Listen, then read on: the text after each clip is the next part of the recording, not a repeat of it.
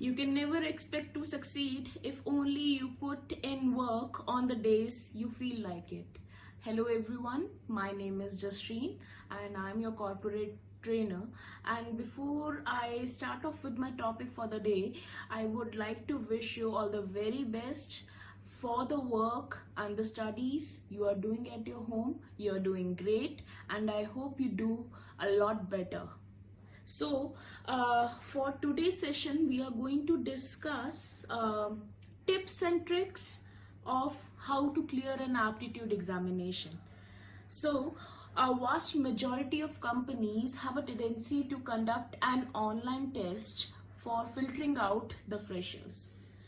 Generally, it is the very first round of any recruitment, be it in campus or on off-campus placements, and this type of aptitude testing could be on a paper or on any system-based online testing system. So this is basically an MCQ test, like we all know, and usually what happens is many students get fumbled up when they get to see many questions on a single sheet of paper and they get terrified. Well, it's okay to be terrified, but it's not very difficult to clear this examination because no one over here is asking you to get 100 on 100. We just need to clear the cutoff. So before we proceed of what to do and what not to do in an aptitude testing, I would like you to tell what type of sections are there in an aptitude test. We have numerical reasoning, we have verbal reasoning, we have certain questions on diagrams, we have situational based testing systems, then we have inductive reasoning, we also have cognitive ability based testings, questionnaire, and then we also have mechanical reasoning tests. Well, these are just simple puzzles, right? So once you categorize that what an aptitude test is all about, you need to make sure what are the topics that you have for a particular test. Well, approximately every aptitude test is 70% similar. There is just a difference of 30% that changes the entire game. So how do you crack an aptitude test? Well, first of all, you need to have a practice of ample amounts of online tests available on various platforms. Then you need to carry out the right stationery. This is very important. Usually what happens is lack of paper, rough paper, leads to a student not being able to do his paper very carefully. So you need to make sure that you have ample amount of pen, pencils and paper, lot of paper. Then you need to also practice many mock tests. So the next time I give you a mock test, you better take it very seriously because all these mock tests have been gathered from various sources and it consists of all the questions that has been asked in various pan-India recruitments from the top-notch companies.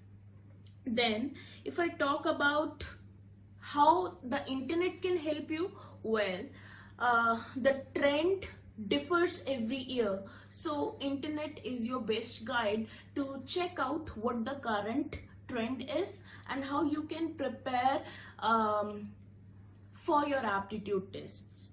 Then you need to also make sure that you are being provided with a comfortable environment to study. Well, if you are not comfortable in a position where you are sitting peacefully and trying to solve the question, trust me, you may lose concentration very easily. So make sure you are sitting in a very peaceful environment.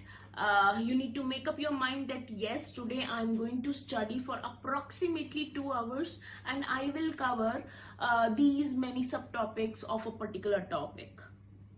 Then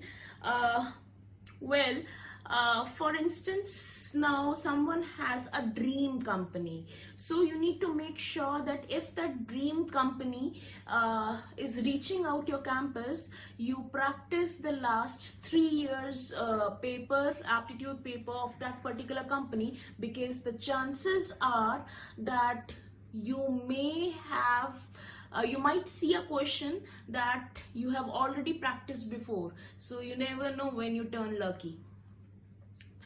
Then it's always good to get guidance from your seniors, whether it is your faculty or whether it is your seniors. If you are okay with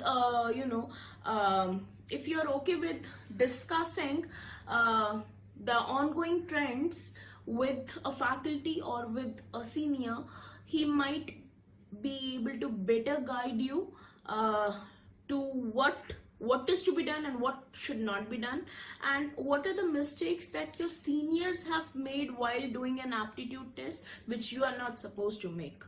Well, the next point is always request a feedback. So feedback helps you to understand that what are the pointers you need to work hard upon. So the next time you give a test, you need to see what are the questions you have made mistakes on, and you need to improve it the very next time. Well, practice over here is the ultimate key to success. I repeat, no one is asking you to no one is asking you to score 100 on 100. You just need to clear the cutoff. So the cutoff generally lies between 65% to 72%. So you basically have to crack, say for instance you have 10 questions, you have to basically answer 7 questions right. You can still skip those 3 questions which you might think are not your cup of tea. So it's not very difficult to crack an aptitude test. Now, an important thing to take care of: what to avoid in an aptitude test. This is very important, so please listen carefully.